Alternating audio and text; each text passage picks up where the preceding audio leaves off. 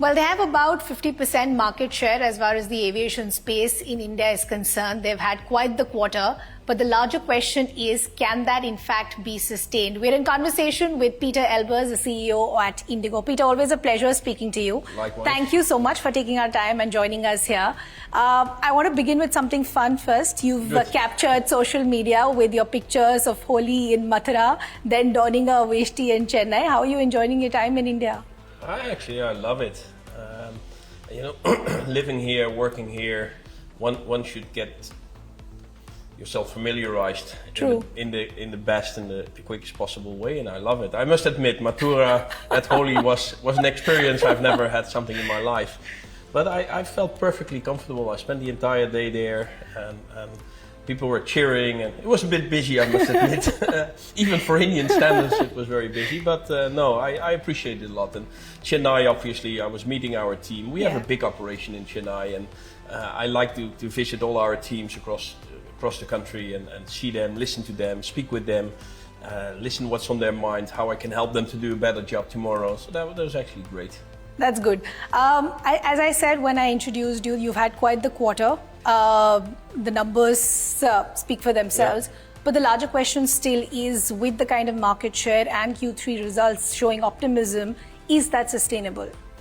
Well, if you take a step back and see what's happening in India and see the recovery post-COVID, we see really a V-shaped type of recovery, and that third quarter earnings for us from October till December were actually, I would say, a very good reflection of that strong market development. And the Indian market is really on I would say, new momentum, and probably it was a bit boiling prior to COVID. COVID, of course, stopped everything, but I would say now post-COVID, it's like hand in hand with the growth of the Indian economy as a whole. It's really moving forward. Peter, Air India has had a very historic bulk order of almost 470 aircraft. When you have a 50% market share, the question always is, what's next for Indigo? What can we expect? So what can we expect as far as the orders are concerned? Anything as far as the XLRs are concerned? Well, for Indigo, I think we're at a very good spot. We operate today 300 aircraft. We are no airline in India has ever reached that number of aircraft in operation, and actually we achieved that milestone just in January. So that's today in operation, and we still have a little short of 500 aircraft to be delivered towards the end of the decade. So that's an existing order, and which means a steady flow of deliveries coming up for us. That really is important for us because that helps us to prepare the growth, prepare our network, prepare our routes, making sure that we have the resources in place. So with that order, I would say we're pretty good to go and ready to further. Would you like to give me some numbers? Well, again, today's order is a little short of 500 we're having. That's an existing order. And at Indigo, we have never let ourselves by what others are doing and what competitors are doing. And right from the start of the company, only 16 years ago, the first order was 100 aircraft back then.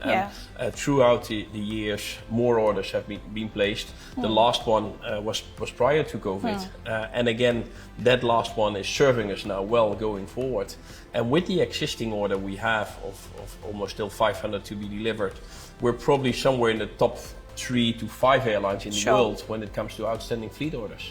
Right. You said that you're not looking at what others are doing, but even though competition is important to how you place yourself, there is Akasa, relatively new player. There's Air India trying to revamp itself. We still don't know where Jet currently stands. In that kind of a scenario, where does Indigo place itself? Well, again, Indigo's mission right from the start back in 2006 was to make sure that more and more Indian consumers are having the access to air travel. This year alone, we expect to welcome some 80 million customers. That's FY23, 80 million customers on board. Towards next year, that's probably going more in the range of 100 million. So with that building of our network, we continue to have that as our customer proposition. Looking to the market at large and the expectations which there are for the market is that the market is expected to grow with probably twice the GDP growth for the years to come. And with that, it should probably double by the end of the decade. So that's where the market is heading to. And for a country of the size of India and the economy of India, it's probably a largely underserved market ready to be tapped. And at Indigo, I think we're at a very, very good position to offer that possibility to travel to all these future customers. So taking on from what you're saying, because you feel that the potential is still not tapped as far as what we really can offer, from a consumer perspective, what can consumers expect from Indigo? Where can they fly next, but domestically as well as both international? Yeah, I think there's three customer promise, and let me add a fourth one. So our customer promise right from the start was on-time performance, affordable fares, and hassle-free and courteous service. That's been, I would say, the key to success for Indigo. What Indigo has been doing in 16 years is incredible. From nothing to 300 aircraft, from nothing to 1,800 flights per day, welcoming 2.8 lakh customers on a daily basis. So that very foundation was there, is there, and will continue to be there. What we have added to that is an unparalleled network. So today we do operate 77 destinations within the country itself. Actually next Sunday, Dharamsala is going to be added as number 78. We're adding more destinations than I have the speed to visit all of them. So we keep adding that, but it's not only domestic, it's also international. And clearly the share of Indian carriers on the international arena was somewhat lower, and I think here we do have a good opportunity to catch up and to make sure that international growth, which is also ready to basically to take off, that Indigo is taking a part of that. Again, from a consumer perspective, and this is not Indigo specific, but just helping passengers and consumers understand. You see a lot of passengers complaining about high airfare or, wanting to pay for the basics. How do you explain to a consumer or passenger what makes up the money that they're paying? Because ATF prices, they continue to fluctuate. How crucial is the pricing when Indigo is thinking about what they want to offer to the consumers? Well, it's an important factor, and I would say the Indian travel market has been very competitive also when it comes to pricing. And if you compare that on an international scale, it's probably one of the most competitive markets. Actually, I got two questions in interviews like this. One question usually is, the airfares are too low, how can you ever make money? And the other question is, the airfares are too high, what are you going to do for the consumers? And I guess in that range we're balancing. So we see that there's fluctuations throughout the season.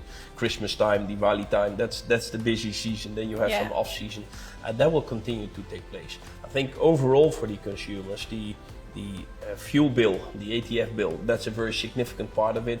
Then of course we invest in our fleet, we invest in digitization, we invest in all the aspects. Looking overall at airfares in India, compared from an international perspective, I would say fares here are very, very competitive. Okay. Peter, I also want to understand what's happening as far as consumers are concerned. There have been quite a few cases of unruly passengers on board, which seems to be increasing with time. Indigo has had a few as well. Why do you think the pattern is increasing, and do you think airlines possibly need to relook their policies of what the first response from an airline needs to be? Well, if you take a view at some of the recent cases, I think they should be viewed against probably some different backgrounds. One of them is during the COVID pandemic, planes were empty or mostly empty. And people were sort of happy to fly. Don't move, don't go around, just sit there. With all these restrictions being gone, planes are getting fuller again. There's, I would say, almost the normal hustle and bustle of airports and getting on board of planes is back. That's one, and that's sort of creating a certain dynamic. Two, I think some of the examples which took place got a lot of attention. Again, we do welcome on a daily basis 2.8 lakh customers a day. Every sort of interaction there is gets a lot of attention. We are training our people, our colleagues, to deal with these situations. We are well trained, they're well prepared for any of the elements. I think it's our job as management to stand by them and to support them where possible. That's also what we did in the cases which occurred. And I think some of the attention which some of these cases got, it also made a bit of a paradigm shift from even making people realize that my colleagues on board of the aircraft, they're doing their job. No, I agree with the point, and it was actually very commendable that Indigo was one of those airlines that actually stood by their staff, and that's why I asked you, do you think it's possibly time to relook the policies, or for example an alcohol policy on board? Do you think it's possibly a time to relook policies like these? Well, domestic we don't have alcohol. Yeah, of course, international. At all. International we are not flying very long, so our flight range is limited to the 5-6 hours range the Airbuses are having.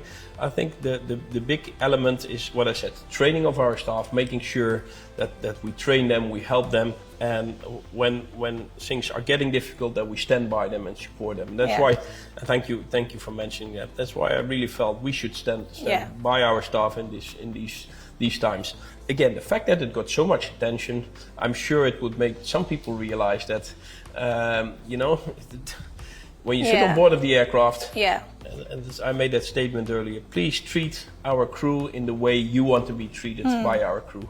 And I think if that's the basis assumption of flying, together we can come a very long way. Perfect. Peter, always a pleasure speaking to you. Thank Likewise. you so much for taking our time and doing this for us. Thank you so much.